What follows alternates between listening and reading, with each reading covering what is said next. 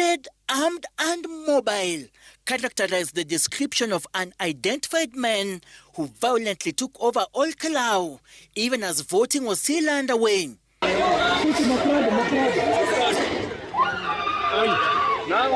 Armed with firearms and batons, traveling in Toyota Land Cruisers and Bravado vehicles, the group terrorized onlookers gathered outside polling stations by firing tear gas canisters in the full glare of uniformed police officers. The unidentified men are also reported to have assaulted journalists and confiscated their equipment. Among those affected were the star photographer Enos Teche and NTV cameraman George Kieru, whose cameras were reportedly seized during the violent confrontations. Kuna gari ya polisi pale juu.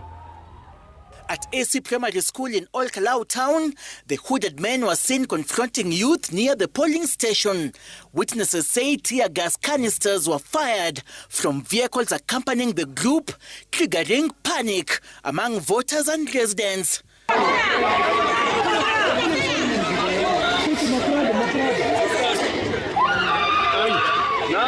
Outside Old Kalou Comprehensive School, journalist Enos Teche of the Radio Africa group was injured during the confrontation after armed and hooded men traveling in 5 SUVs, escorted by a smaller vehicle, assaulted him and confiscated his camera as police officers watched.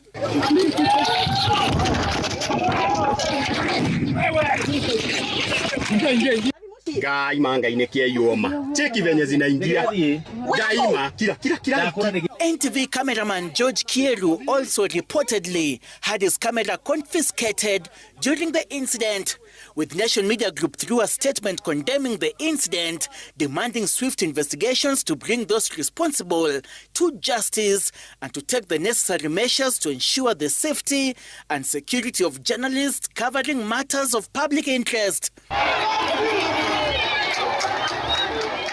The National Police Service is yet to respond to the chaos unleashed by the groups of armed, hooded men in Old Kalou. This is not a protest. This is not even a riot. This is a village telling its own government, not today. A few weeks before this moment, that same government showed up in the constituency with mattresses, gas cylinders, a train line that hadn't moved a single carriage in over 4 decades, suddenly, miraculously, back in service. And a number, a huge number, 10 billion shillings. A number that kept changing depending on who you asked and when you asked them. So by the time we got to this, stones laid across roads, by hand, by people who were told this was democracy, you have to ask yourself one question. What exactly were they trying to buy? And when the money didn't work, you have to ask what happens when armed men in balaclavas show up instead. Because that happened here too. And still, it still didn't work. And more importantly, because this episode is bigger than one constituency, what does it tell us about what they are going to try to buy next? No, in 2027, when the stakes aren't just one parliamentary seat, but the whole presidency itself. Welcome back to the Kenyan Week That Was. I'm your host, DY. And again, like we say, Karibu Old Kalou, where people cool affair, take gas, use the mattress, and still vote with their hearts. And please, stick around. There's a code phrase hiding in this episode and 5,000 shillings on the other side of finding it. Rules at the end, as always. So let's start with why anyone outside the Nyandarua County was supposed to care about a parliamentary by-election in a constituency of roughly 73 or 74,000 registered voters. Old Kalou is not just another seat. Old Kalou is where the ruling party was born. Say it lightly. This is a constituency where UDA won its first ever electoral contest, beating Jubilee in the Rorere ward by-election, years before William Ruto ever set foot in State House as its occupant. For the ruling party, losing this seat back wouldn't just be a loss. It would be losing the birthplace. So, when the incumbent MP David Kiaraho passed away in March this year and this seat fell vacant, it stopped being a local story within about a week. On one side, the Democracy for Citizens Party under the former Deputy President Rigathi Gachagua walked in talking burial. Their language wasn't subtle. This was framed publicly as the moment UDA would be buried in Mount Kenya politics, in the very ground where it was first planted. On the other side, UDA leaned on the oldest incumbency logic in the book. Vote for the government's candidate, and the government's development pipeline keeps flowing your way. Vote against it, and you can guess the rest. Two parties, one symbolic seat, and a national audience watching to see who actually controls the mountain heading into 2027. And here's the irony we are going to sit with for the rest of this episode. A party promising to bury the other, and a government that suddenly remembered this constituency actually existed after what residents describe as years of being an afterthought. Keep that irony in your pocket. We are about to hand you the receipts. Receipt number 1, the number that grew. Government economic advisor, or should I say, former government economic advisor Moses Kuria, put a figure on how much the state had invested in Kalou during the campaign window. First, the number was about 1 billion shillings. Then it wasn't. It was 10 billion shillings, 10 times the original claim, confirmed by the government's own advisor. Sorry, I keep forgetting. Former advisor in the middle of a campaign period.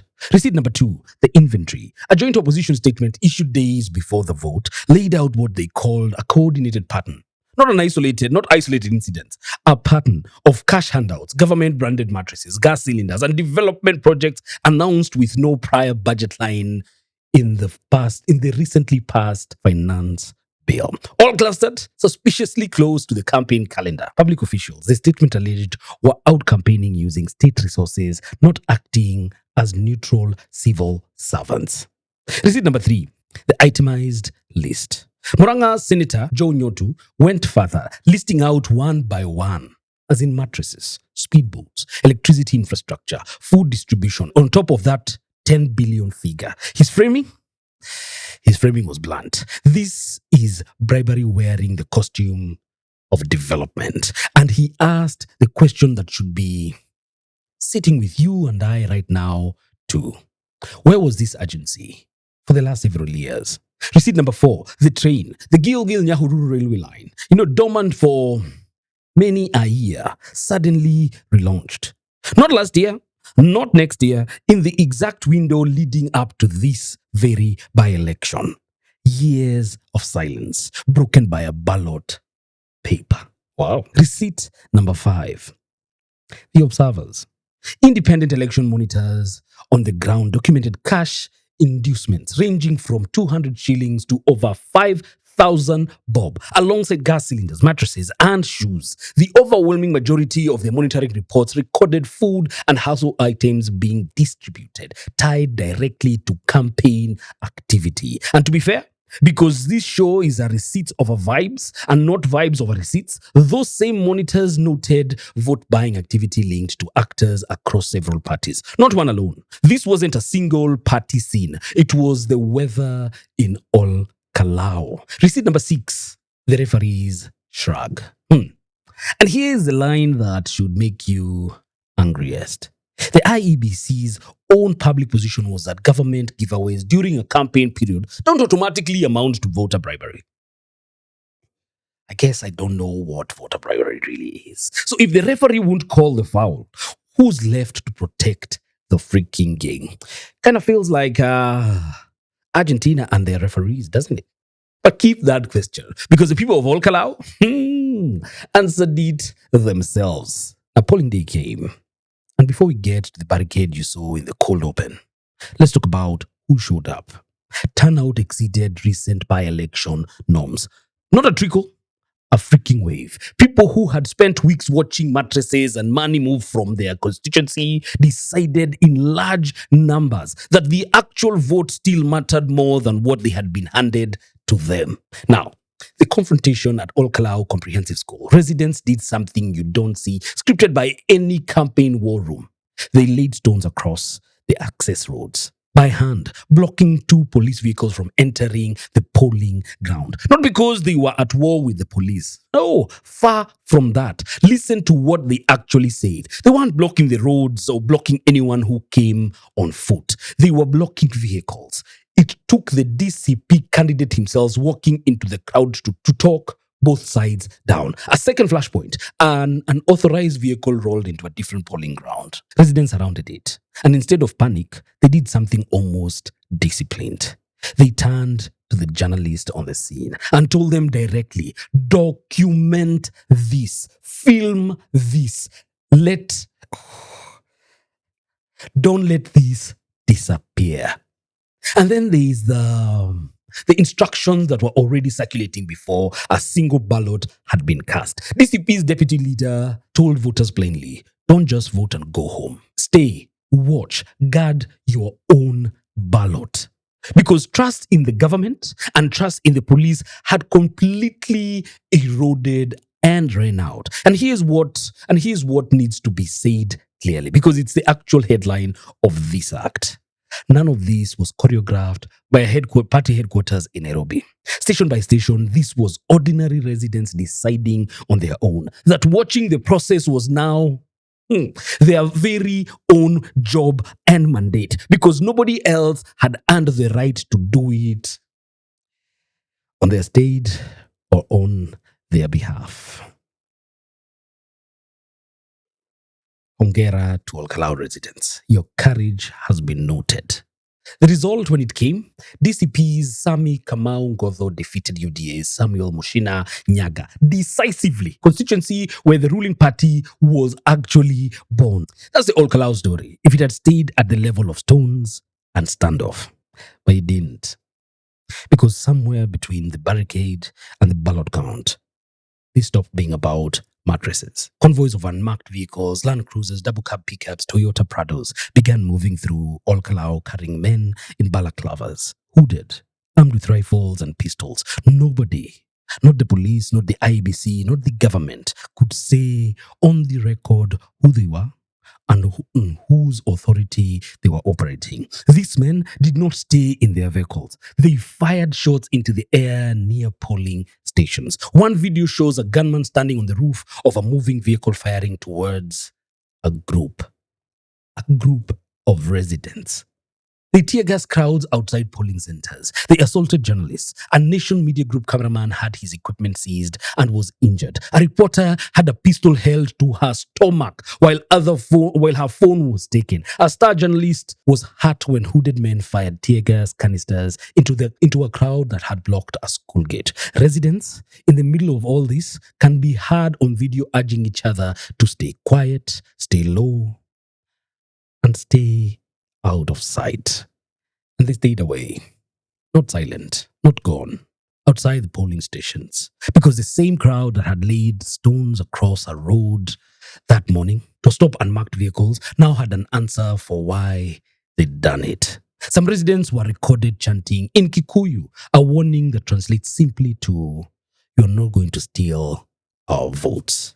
Rigathi Gachagua, watching this unfold, called it exactly what it looked like from where he stood. Men carrying rifles in broad daylight, wearing masks where the Electoral Commission said nothing.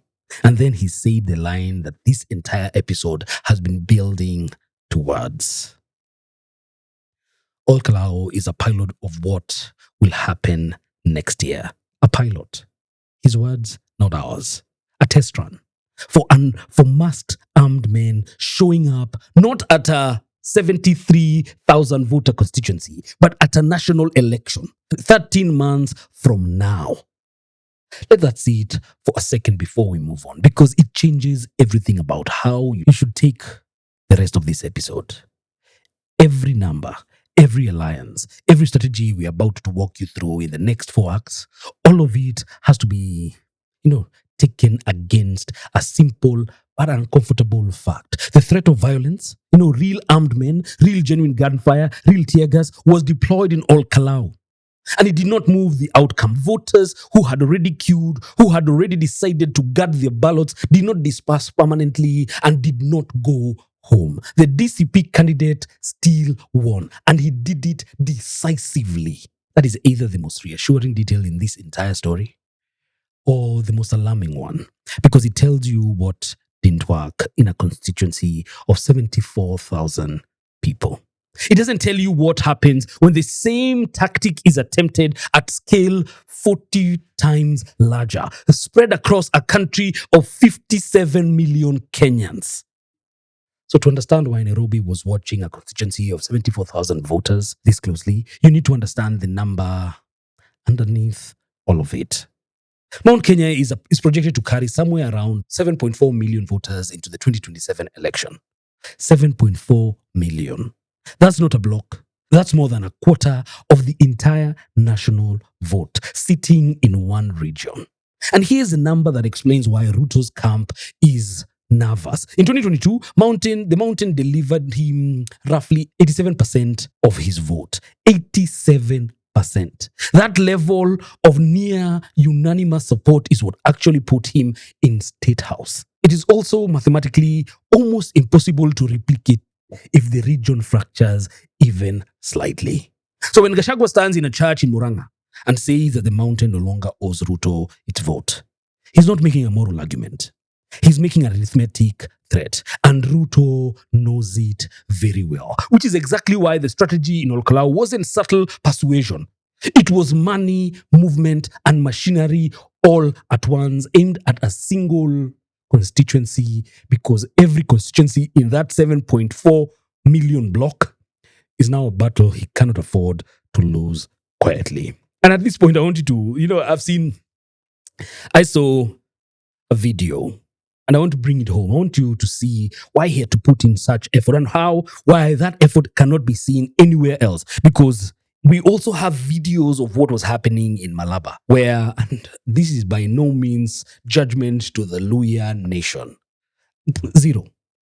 I'm just calling out the fact as we see them. And this, like I said, this is a receipt of a vibe show. So allow me to bring it out, because there are videos circulating, and I'll put it right here, where the Luhya nation has seemed to have been bought with a loaf of bread and soda. Something that is so reminiscent of my high school days.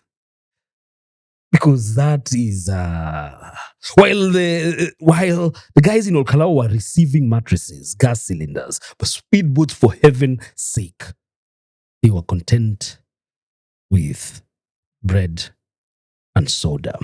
But that also brings us to the idea that why is it that the government found it important for them to go in this hard, and why these particular laws, as much as they want to downplay it as though it was any other constituency, as though it was any other by-election that has happened. Because, listen, by no means, this is not the first by-election that has taken place. Because all the while, what they've been doing is, dilly-dallying and hoping that, the mountain is not gone, the mountain is still there. But now this was a clear-cut answer to that question. Because they came in hard, they came in strong with goodies, and they went back hearts broken.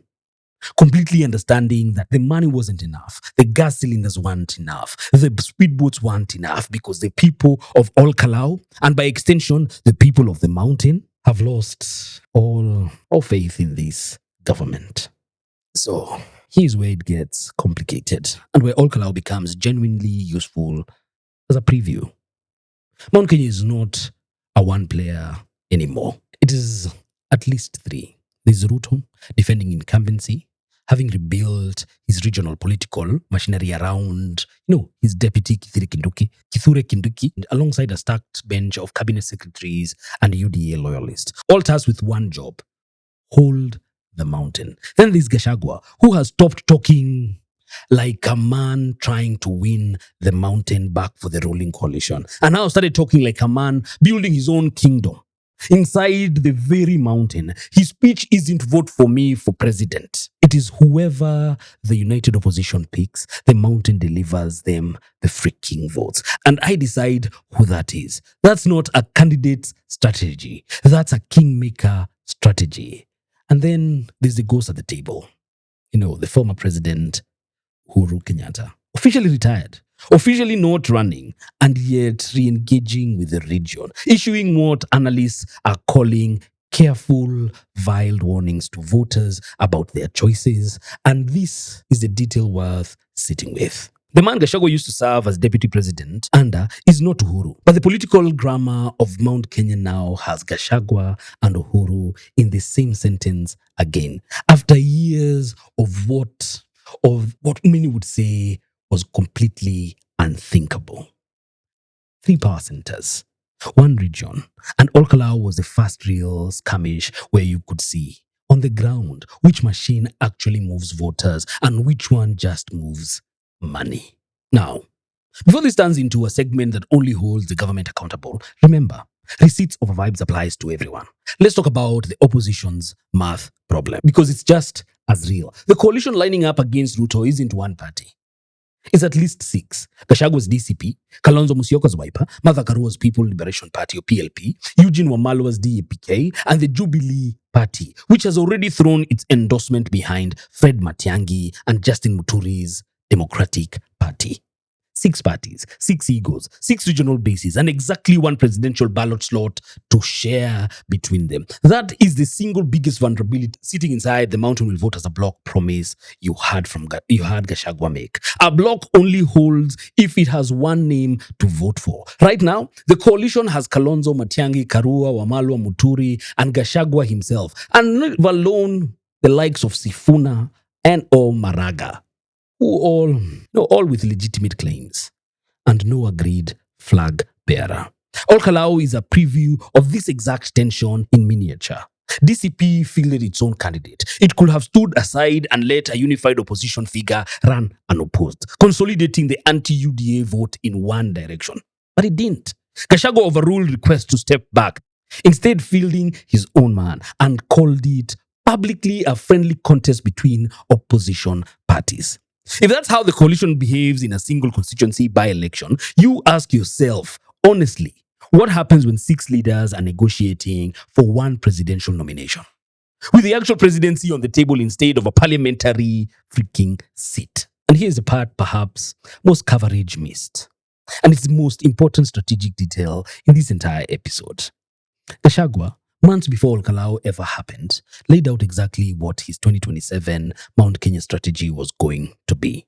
Not persuasion, not converting Ruto loyalists. His own words. In essence, the mountain has already decided. This isn't about changing minds. It's about registration and turnout. Sit with that. The opposition's entire regional strategy is a turnout machine, not a conversion machine. Now look at what exactly happened in Kalou. High voter turnout, exceeding recent by-election norms, met an unprecedented flood of government money and gifting.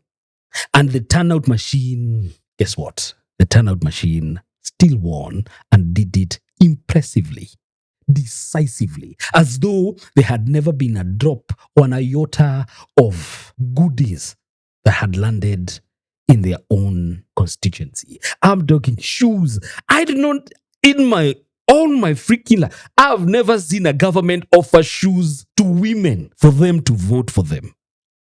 Never. But it happened in Kalou. And guess what? Still didn't matter.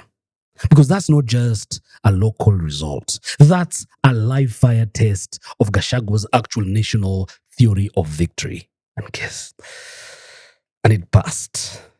Which means every strategist in UDA now has to operate on the assumption that money and gifting will not be enough to depress or convert that turnout in 2027. Because entertain me for a second. Think, one of the most blatant, disrespectful videos that backfired was that one of one Dennis Itumbi juggling the ball a day before the Kalou by-election, saying that, this is how we're doing it.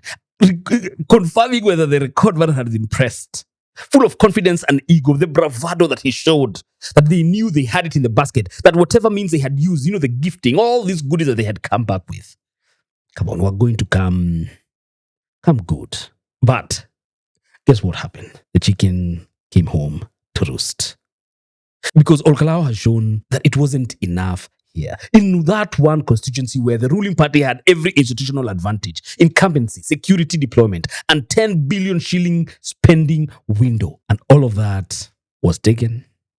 Waligula, and they still voted against the government. But there's a part that should worry every Kenyan, regardless of which side of this you're on. Kalou didn't invent this playbook. Kalou confirmed the playbook. The same old pattern. Cash handouts, branded relief items, and budgeted project launches timed to campaigns. It was already documented across roughly 22 electoral areas in the by-election cycle that ran through last November. Kalou wasn't the exception. It was the most visible instance of a template that has been running quietly, constituency by constituency, for over a year to date. And the IEBC's posture? One ethicon. That government giveaways during a campaign period don't automatically amount to bribery isn't a one-time comment. It's the operating rule for every contest between now and 2027. Again, Bona Ethicon, you are letting us down. Even before we take you to task on your biggest project, on your biggest job ever. Because if that standard doesn't change, you should expect the Kalou playbook to scale up, not down. As we get closer to the general election, more mattresses, more sudden infrastructure launches, more advisor casually multiplying billion shilling figures by 10. Because nothing in this cycle has told the state that the cost of doing this is higher than the benefit of doing it. That's the template problem. And guess what? It's bigger than Ruto, bigger than Gachagua, bigger than any one party. It's a question about whether Kenyans' next general election will be decided by vote or by whoever's spending window opens first. So let's bring this all the way home.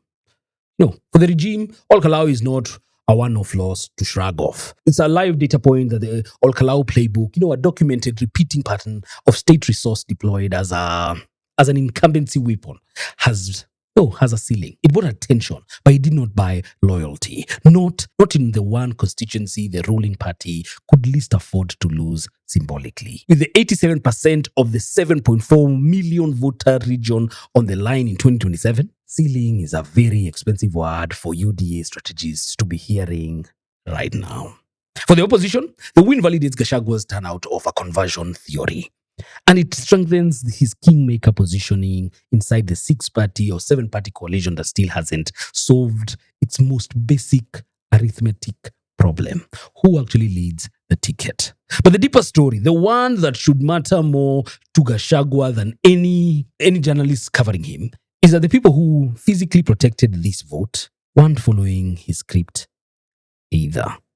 They organized themselves, station by station. That kind of independent civic energy is hard for any party to fully claim, and just as hard for any government to intimidate away next time. And the uncomfortable through line that connects all of it. An electoral commission that won't call state largesse what it plainly looks like sets the operating rules for every contest between now and the next general election, including the one that actually decides who runs this country. That's the real subject of this episode. It was never really about one parliamentary seat in Nyandarua. It was about whether the institutions meant to referee power in this country are still willing to do their jobs, and about whether 7.4 million Mount Kenya voters and tens of millions of Kenyans watching how this region moves are about to see this exact playbook at a national scale in 13 odd months from now. Kalou answered its own questions with stones in a road and a queue that didn't go home. The next question is whether the whole country answers the same way when it's not one seat on the ballot, but the presidency itself. That's the episode. If you got the code phrase hidden in this receipts block, you know where to send it. jengasako.kwtw@gmail.com. 5,000 shillings drawn with a seeded SHA-256 process so you can verify it yourself. Because on this show, even the giveaways come with receipts. Kenyan week that was. Receipts over vibes. I'll see you next week.